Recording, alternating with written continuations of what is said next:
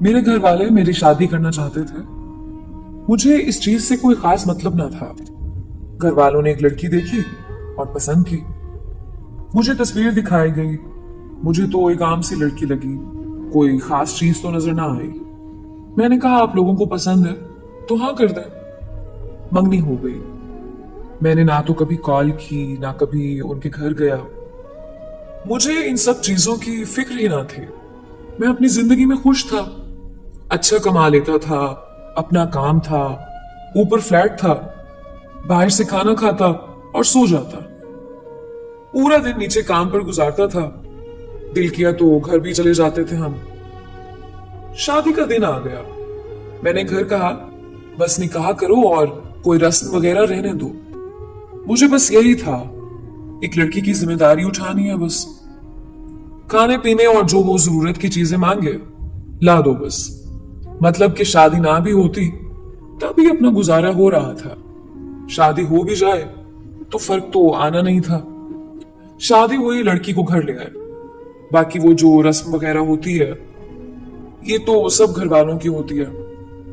रुखसती वगैरह के बाद मैं घर आ गया। खैर मैंने कहीं पढ़ा था शादी के 2 नफल अदा करने होते हैं। मैंने वो भी अदा कर लिए और इसी बहाने इशा की नमाज भी पढ़ ली। वैसे कभी दिल में आया तो नमाज पढ़ ली, नहीं तो ना सही, और मैं सो गया। जो मेरी रूटीन थी। मुझे नींद आई और मैं सो गया। ना तो मुझे खुशी थी और ना ही गम। शादी के अगले दिन मैं उठा और काम पर आ गया। 2 दिन ऐसे ही गुजर गए। बातचीत हुई, बस इतनी जितना उसने पूछा जवाब दे दिया, इससे ज्यादा कुछ नहीं। उसने पूछा क्या आप शादी से खुश नहीं? मैंने कहा मुझे दुख भी नहीं। मैं लोगों में एडजस्ट होने में वक्त ले लेता हूं बस। न कभी मैंने उसकी तालीम पूछी न कुछ और। मैंने कौन सा जॉब करवानी थी। 1-2 बार घर छोड़ने गया उसको अम्मी के कहने पर। न मैंने उसको पर्दे का कहा न हिजाब का। उसको जो अच्छा लगे कर ले। मतलब कि अपना अमल दखल कुछ न था। सोचने पर तो वो भी मजबूर थी। बंदा है क्या चीज है। मैं सोया हुआ था, मेरे पैर का अंगूठा उसने पकड़ा और कहा उठे, नमाज पढ़ ले। मैंने इर्द गिर्द देखा। खैर मैंने उसको कुछ कहा नहीं। वैसे कोई मुलाजिम उठाता था जब उसकी खैर ना होती थी। मैं बोला कुछ नहीं। मैंने सोचा चलो अब उठ गया हूं तो नमाज भी पढ़ लूं। 2 रकात नमाज अदा की और फिर बिस्तर पर अब वो मेरे पास ही बैठ गई। कुरान पढ़ने लगी। मैं मस्त होके सोया हुआ। आवाज तो आहिस्ता आहिस्ता आ रही थी। खैर मैं उठा, नहाया, नाश्ता बना दूं? आवाज आई। मैंने कहा नहीं, मैं लेट करता हूं और मैं अपने काम पर।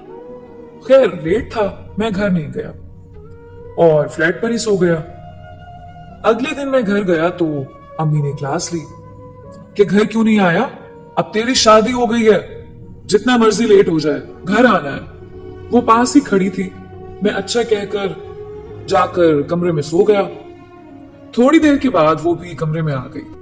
मैंने पूछा अम्मी से तुमने कहा? उसने कहा मैंने तो अम्मी को नहीं कहा। अगली सुबह उसने फिर मुझे उठा दिया और खुद जाए नमाज पर खड़ी नमाज अदा की नीयत बांधी हुई थी। अब बंदा उसको क्या कहे। खैर हमने भी शर्मो शर्मी वुजू करके नमाज अदा कर ही ली। उसके बाद उसने कहा आप मेरी बात सुने। मैंने कहा जी कहिए। मैं आपकी बीवी हूं। मैंने कहा हाँ जी। बीवी के कुछ हुकूक होते हैं। मैंने कहा पता है। उसके बाद वो कुरान पढ़ने लगी। मैं खामोश अपने मोबाइल पर लगा रहा। अगली रात वो शरारतें करने लगी और जैसे तैसे उसके हुकूक अदा किए या उसने अपने हुकूक ले लिए। वो लड़की आहिस्ता आहिस्ता मेरी जिंदगी में इन्वॉल्व होने लगी। खैर अपने भी मजे होने लगे। हर चीज तैयार मिलने लगी, कपड़े जूते वगैरह हर चीज अपनी जगह पर मिलती, कहीं भी फेंक दो। नमाज पढ़ने लगा था अब। मतलब जिंदगी अब बेहतर हुई थी। उसके आने से काफी घुल मिल गए थे हम। उसने कुरान पढ़ा तो मेरा सर उसकी गोद में होता। आवाज प्यारी थी। अक्सर सो भी जाता। जब तक मैं खुद ना उठता वो जगाती नहीं, कुरान पढ़ती रहती। अब मैं काम पर अक्सर लेट भी होने लगा। उसकी गोद में सर रख के सोने का मजा ही अलग था। एक बात और, घर से काम पर जाते वक्त मैंने ऐसे ही उसको आवाज दी और उसका माथा चूम लिया। शाम को घर आया तो रंग रूप ही बदला हुआ। इतना खुश बंदा मैंने देखा ही नहीं। मैंने सोचा ये तो काम ही बड़ा सस्ता है। अब हर रोज माथा चूम कर जाता। वो कहीं भी मसरूफ हो, घर के कामों में, उसने कोई ना कोई बहाना करके कमरे में आना ताकि मैं उसका माथा चूम सकूं। नरम लहजा, कमाल की गुफ्तगू, कमाल की मोहब्बत, पसंद के खाने, सुकून की नींद। जिंदगी मुकम्मल हो गई। जिंदगी में लोग कैसे खामोशी से दाखिल होते हैं और आप पर हुक्मरानी करने लगते हैं। क्या जुर्रत हमारी जो इनकार कर सके उन्हें। कई बार तो वो दिल निकाल कर देने को भी दिल किया। खामोश मोहब्बत बहुत प्यारी होती है। मोहब्बत अल्फाजों की नहीं, एहसास की होती है। मोहब्बत का ताल्लुक इज्जत से है। औरत को एहसास दो, तुम मेरी हो, वो रूह तक दे देती है।